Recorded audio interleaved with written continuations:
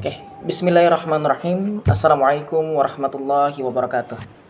Oke, sudah lama kita tidak berjumpa ya, akhirnya kita berjumpa lagi di video kali ini ya. Kita di Gusti Sadeo Channel. Ya, insya Allah kita akan sedikit sharing tentang hal-hal yang bisa sedikit lah membuat kita bertambah wawasan dalam berpikir, dalam bertindak dan yang lain-lainnya. Dan insya Allah kita akan membuat konten-konten yang bermanfaat. Oke. Udah lama saya nggak upload video karena kenapa? Karena ada beberapa kendala ya, mulai dari kesibukan, ya mulai kadang saya pribadi agak males untuk bikin video gitu karena saya tidak menjadikan konten itu sebagai tujuan hidup utama saya gitu. Oke, lantas kita langsung aja ya ke pembahasan di video ini. Apa sih yang akan kita bahas gitu? Yang akan kita bahas pada video kali ini adalah tentang cara pola pikir manusia, pola pikir manusia yang pada umumnya gitu, yang terjadi gitu di tengah-tengah masyarakat gitu. Terkadang seorang manusia atau sekelompok manusia yang ada di suatu komunitas tertentu, mereka itu berpikir hanya dengan mengambil spekulatif ya, sebuah pendapat, pandangan yang sifatnya spekulatif, dan mereka menghindari realitas ya. Dan mereka itu menjadikan suatu hal yang spekulatif itu sebagai data pasti gitu. Maksudnya sih gimana gitu. Gini misalkan, ketika seseorang ini mendengarkan khabar dari orang gitu, kabar bahwasanya si fulan ini melakukan hal demikian gitu. Nah, kebanyakan pada umumnya masyarakat kita itu kurangnya ketelitian, kekritisan dalam mengkritis sesuatu kabar yang hadir kepadanya gitu. Maka seharusnya seseorang ketika mendengarkan kabar, mendapatkan informasi gitu, ketika datang kabar kepada dirinya, maka yang harus dilakukan adalah mengkritisi kabar tersebut, memastikan bahwasanya berita itu valid atau tidak gitu. Karena pada hakikatnya kalau seandainya kita orang yang berpikir gitu dalam bidang keilmuan filsafat ya dan ilmu logika yang lainnya, sesuatu yang sifatnya berspekulatif gitu ya, yang sifatnya belum pasti, belum absolut lah gitu, itu tidak bisa kita jadikan data valid ya. Sesuatu yang masih sifatnya kata orang, kayaknya, mungkin, itu nggak bisa kita jadikan data valid gitu.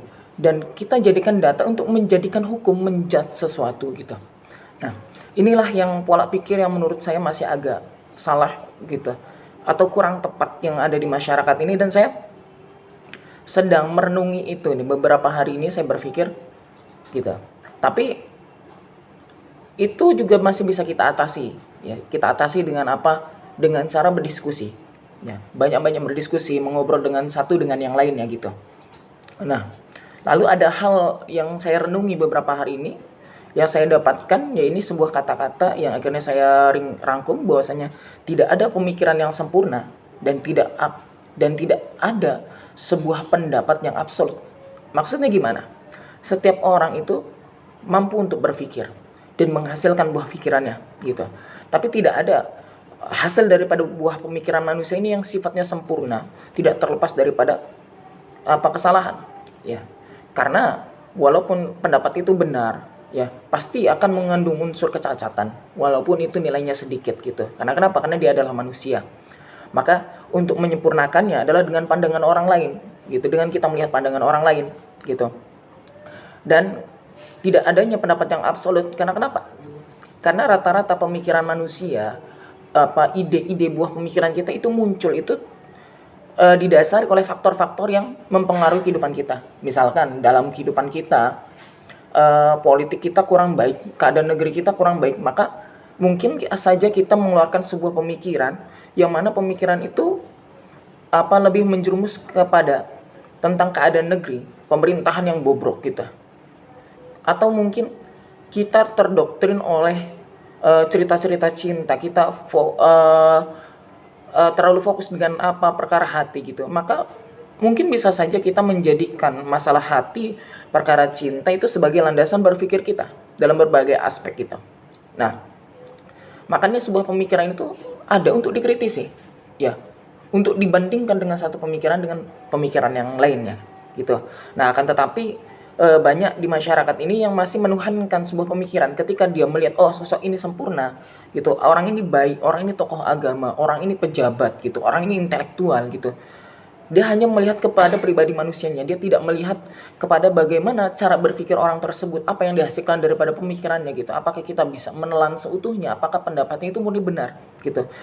Rata-rata masyarakat, ya orang, ketika telah menilai seseorang itu baik, seseorang itu benar, maka dia akan menganggap benar semua apa yang diucapkannya.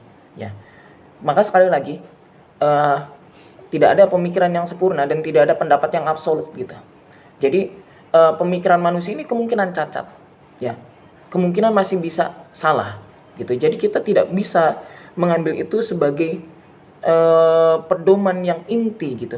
Ketika itu bentuknya pendapat manusia, kita harus bandingkan dengan pendapat manusia-manusia yang lainnya, orang-orang yang berpikir di bidang yang sama, mungkin dengan cara pandang yang berbeda, ya. Nah, dari situ kita akan mendapatkan inspirasi, dari situ kita akan mendapatkan win-win solution, gimana sih tengahnya dari hasil pemikiran tersebut gitu. Nah, lalu apalagi sih yang harus kita perhatikan dalam masalah pemikiran dan kita menyikapi pendapat-pendapat kita. Nah, kita harus banyak literasi, ya. Kita harus banyak pengkritisan. Kita harus menanyakan, ya. Apa sih ini maksudnya? Ya, bagaimana ini? Dari mana sumbernya? Gitu. Kita harus sering tanyakan gitu.